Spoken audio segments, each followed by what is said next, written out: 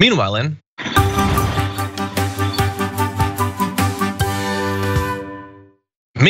in the Amazon, portions of the rainforest are now no longer serving as a sink for carbon, taking it out of the atmosphere. They are instead emitting carbon themselves. Now, why is this? How did this happen? Well, first of all, you need to understand that forests act as carbon sinks by capturing the gas through photosynthesis and storing it in biomass, plants and animals, dead organic matter, and soils. When the storage sources are destroyed in fires, most of which are intentionally set in the Amazon to clear land for agricultural purposes, as well as via dry conditions, the forest's overall ability to sequester greenhouse gases from the atmosphere is damaged. The region's water cycle also changes, potentially leading the rainforest to transition to a savanna. So that's gonna be a fun development that will take place over the next couple of decades. But we don't have to wait decades for a significant change, which we already have. They have burned up much of the carbon that was already being sequestered in biomass that has been re-released. It's no longer there to continue to soak up that carbon. Overall, the Amazon is being dried out as the world warms, which lowers its ability to do that. And the Amazon up until this point has been one of the things that is protecting us at least a little bit. You have all of this accumulated biomass that provides an outsized sink for carbon. That is, and we were worried for a while that will change once it turns into a savanna, but already portions via a study that's been done are already emitting carbon of their own. So again, these different facets of climate change are combining to make the overall situation worse. And this is a huge change to an important region of the world, Viviana, that so far isn't being talked about, I think, nearly enough. Yeah, and you can't just grow these trees back. It's too late, John. We're gonna have to come up with some other solutions. I mean, as you might know, I haven't been a meat eater for over 15 years now. And this has been, protecting the Amazon has been a rallying cry for many environmentalists since I can even remember. Yeah, I mean, the early 80s, this was something that people were going to bat for. Previous to that, I don't know, I'm sure it was. But we have decimated the forests and we have created, it's really been because of meat production more than anything. And also for the, grain that cows eat. So it's, and not to mention it's actually, affecting the orangutan population at this point.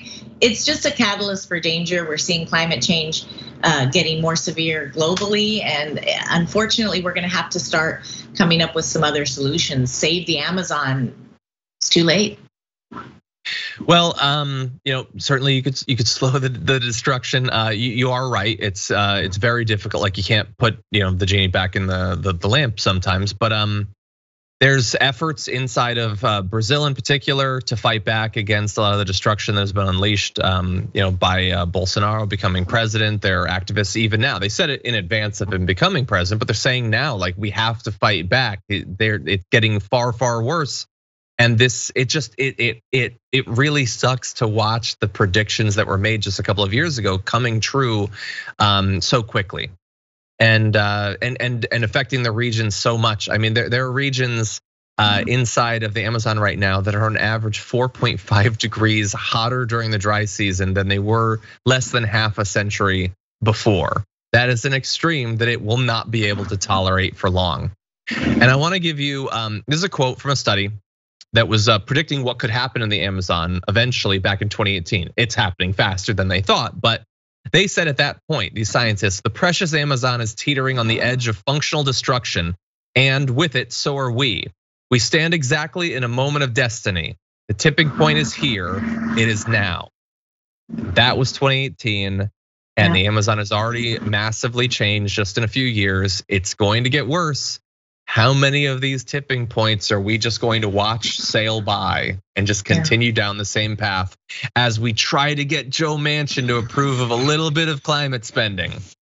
We are gonna see this get worse and worse in our lifetime, John, sadly. But I do have some hope because although, like you said, we can't put the genie back in the bottle, we do have a lot of environmental scientists that are working on this.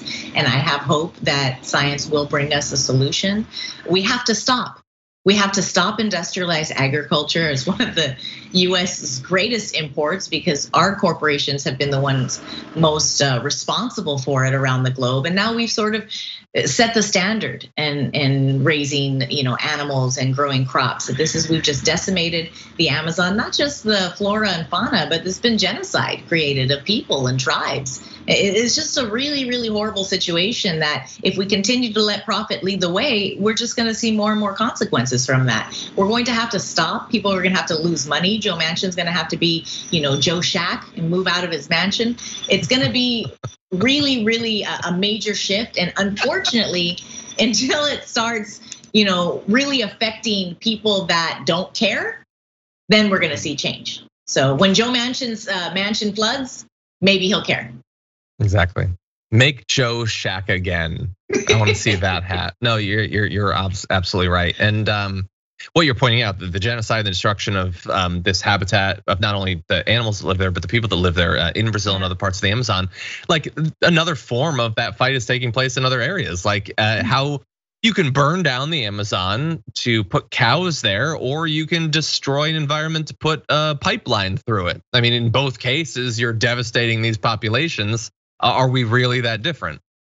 I encourage all the viewers to really cut down, completely stop eating meat if you can, but at least cut down on your meat consumption, because that will make a huge impact. You would be surprised if everybody in the world stopped eating meat one day a week. It would decimate the industrialized agriculture industry, would completely disrupt it. And that's when we can start really seeing change. When we start with our dollar telling them no more, we will start seeing change.